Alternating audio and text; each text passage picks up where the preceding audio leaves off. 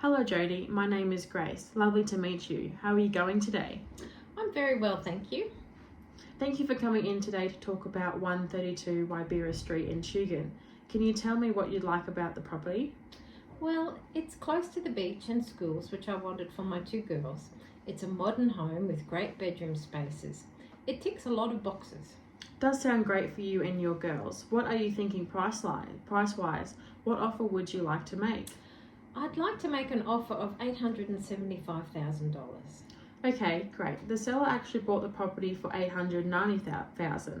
The seller may have different motivations for selling, such as relocating, downsizing, or financial considerations, as they potentially would be looking to recoup their investment and receive a fair market value for the property. This could impact their willingness to accept an offer below their purchase price.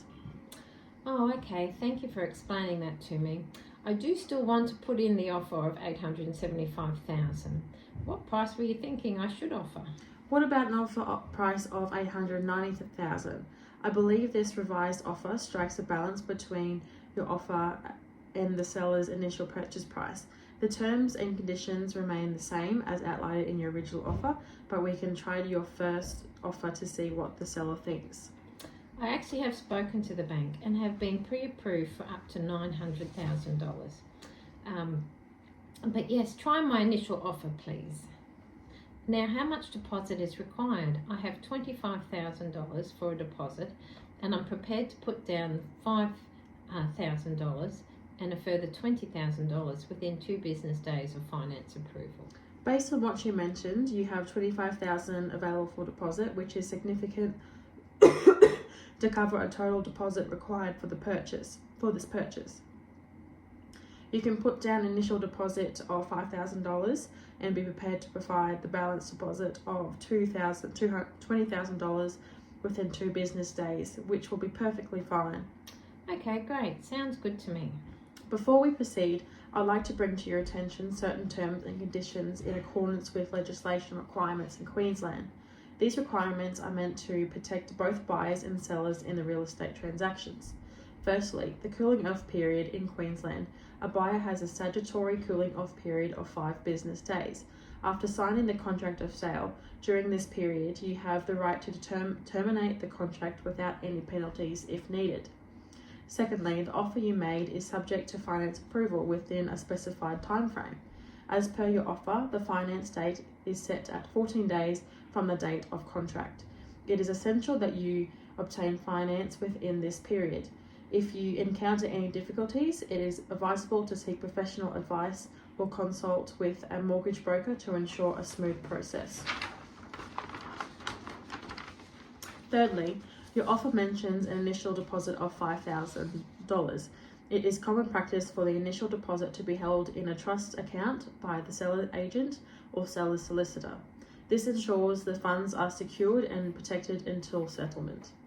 Okay, perfect. That makes sense to me. Can I settle on the property in 30 days and get vacant possession? The seller is requesting settlement to occur 30 days from the contract date.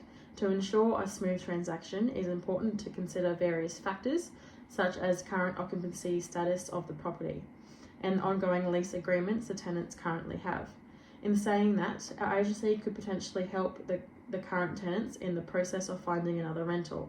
Additionally, it is necessary to adhere to legal obligations related to the settlement timeline. It's crucial to ensure all parties involved, including the solicitors or conveyancers, can meet this settlement time frame. If your agency could help the tenant out in any way to make things work easier, that would be great. I will talk to my colleagues and see what we can do. Now, do you have any specific questions about the property, its conditions, or local area you wish to ask? I want to ensure that you have all necessary information to make the informed decision. Are there any issues with crime associated with the property? The previous tenants to the current tenants were known to the police as members of a biker gang. However, it is important to note that they are no longer living there, and the current tenants have no affiliation with any criminal activities.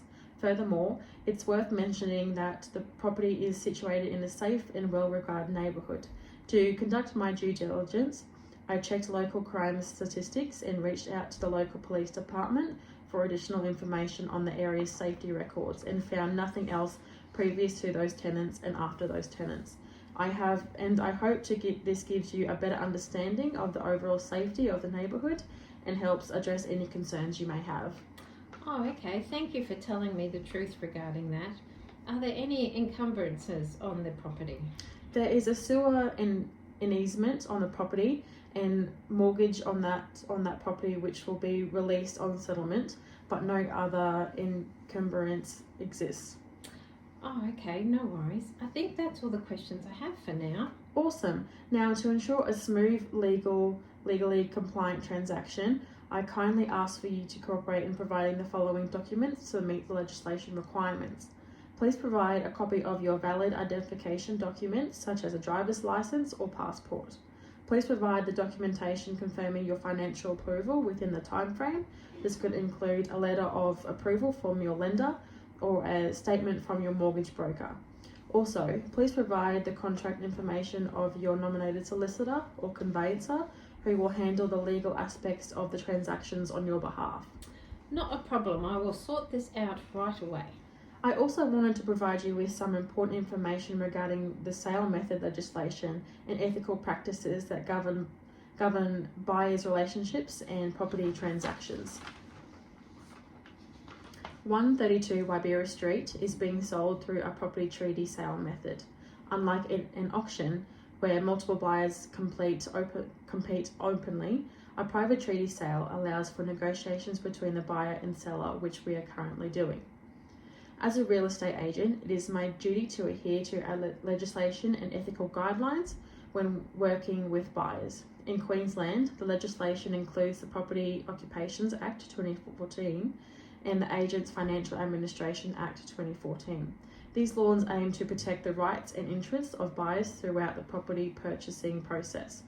As your agent, I am committed to providing you with accurate and transparent information about the property.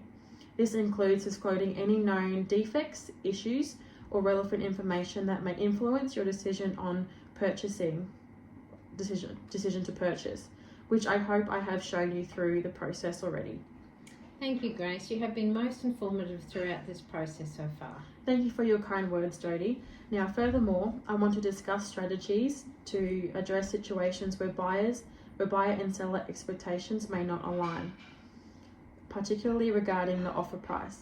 For example, if the seller's asking price exceeds your initial offer, we can propose a counter offer that better reflects your budget and perceived value of the property.